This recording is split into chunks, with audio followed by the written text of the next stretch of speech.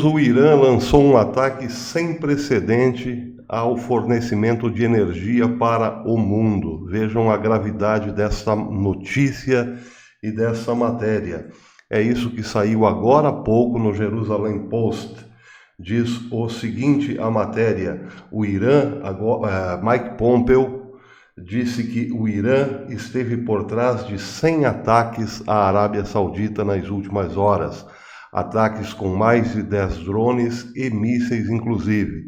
A primeira informação que se tinha é que eram os rebeldes Houthis do Iêmen que tinham perpetrado o ataque. Aliás, esses rebeldes reivindicaram, sim, ataque às refinarias da Arábia Saudita, mas os Estados Unidos acabam de confirmar que quem realmente perpetrou o pesado ataque foi o próprio Irã. Mike Pompeo disse: o Irã agora lançou um ataque sem precedentes ao suprimento de energia do mundo. Originalmente, os rebeldes Houthis pareciam receber crédito pelo ataque que fica a cerca de 1.200 quilômetros do Iêmen. Isso é impossível, pois há poucas evidências de que seus drones ou mísseis de cruzeiro possam voar tão longe. Agora parece que o ataque à Arábia Saudita veio de outro lugar. Em meio a um ataque semelhante de longo alcance, foi dito ter vindo do Iraque, que Pompeo disse que não havia evidências de que o ataque de 14 de setembro a Abqaiq veio do Iêmen. Parece significar que os Estados Unidos têm evidência de que vieram de outro lugar, ou do Irã, propriamente, ou do Iraque, porque no Iraque sabemos, desde que Israel bombardeou parte do Iraque, existem lá bases iranianas. Caso contrário, diz Pompeo, como poderiam os ataques terem vindo tão distante por parte dos Houthis? Bem, a matéria começa dizendo o seguinte: o Infobae trouxe hoje de manhã a seguinte matéria, para aqueles que ainda não acompanharam as últimas notícias. A Arábia Saudita recebeu um forte ataque nas suas refinarias desde o começo da madrugada de ontem. Já o Jerusalem Post disse que em menos de 24 horas, após um grande ataque, pelo menos 10 drones ou mísseis de cruzeiro nas principais instalações petrolíferas sauditas. A retórica no Oriente Médio está esquentando e a região parece à beira de um grande conflito.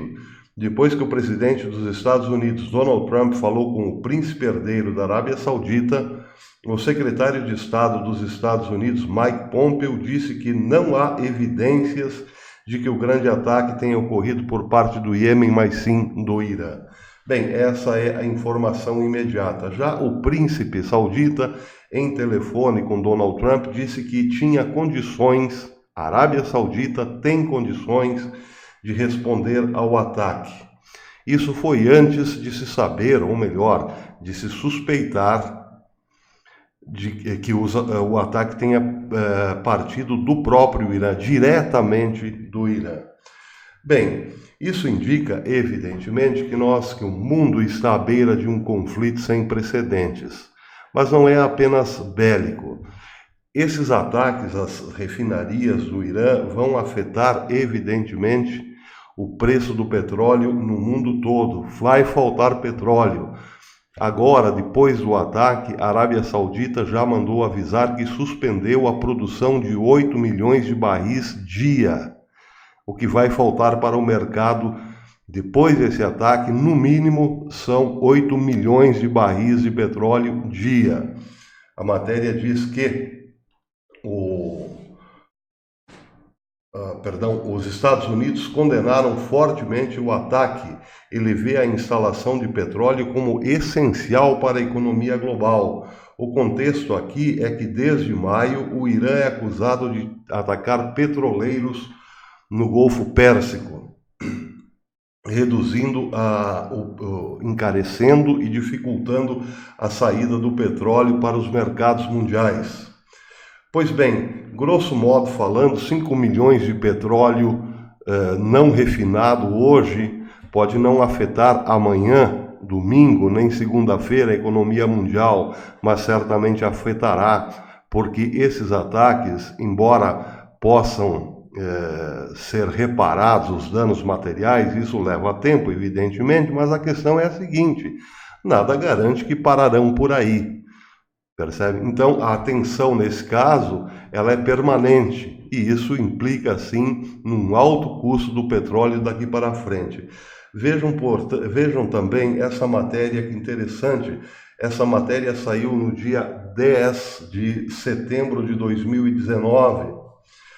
Ela diz o seguinte, a matéria é assinada por Matthew Heer, e diz o seguinte: recentemente o governo japonês anunciou que encerrará os 7 reatores nucleares restantes da planta de Daiichi, atingidos por um grande terremoto e tsunami em 2011. Isso reduzirá o número total de reatores nucleares para 33, comparado a 54 em operação em 2011. Dos quais apenas 7 estão ativos hoje, para qualquer momento.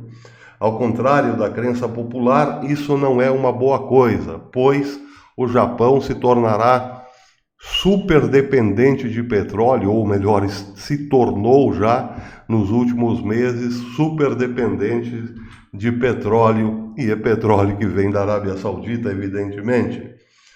Desde o tsunami de 11 de abril, diz a matéria, de 2011, que matou 18 mil civis, houve uma tendência a se referir ao evento como crise nuclear do Japão. O medo que se espalhou pelo mundo resultou em um dos ataques mais devastadores contra as nações soberanas, que só poderiam ser executados se tivéssemos feito isso conosco mesmo.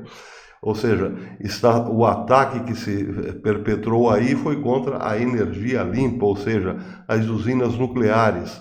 O terremoto perpetrou um ataque que obrigou o Japão a mudar a sua matriz energética. O Japão estava basicamente independente do petróleo e do carvão. A situação se inverteu. O Japão é um dos países que se tornou a terceira economia do mundo, a terceira maior economia do mundo, deve em grande parte a esse crescimento ao seu compromisso com o progresso científico e tecnológico avançado e o precoce abraço à energia nuclear. Hoje, porém, o Japão perde muito da autossuficiência energética, uma vez que reduz depende 25% de sua eletricidade hoje das usinas nucleares. Essas caíram 3% desde a paralisação. O Japão foi forçado a aumentar massivamente as suas importações de petróleo, gás natural e carvão, acumulando 9 milhões de barris dia e constituindo 45 novas usinas de carvão. Bem, esse problema do Japão foi acompanhado pela Alemanha, que também era praticamente independente de petróleo, praticamente suficiente em energia nuclear. Pois é, bateu uma paranoia geral na Alemanha, e para não correr o risco que correu o Japão depois do acidente da planta de Daiichi, resolveram também aposentar várias usinas nucleares e, por ironia, agora muito mais dependente de gás e petróleo, a Alemanha não só está na mão da Rússia, que lhe fornece petróleo e gás, como, ironicamente, recebe energia nuclear da França. Bem, esses são exemplos de como a paralisação das usinas de refino da Arábia Saudita complicarão e muito a economia mundial. Nós teremos tempos difíceis de hoje em diante, muito difíceis. A economia pode sim entrar em colapso e a paz ir para o ralo definitivamente.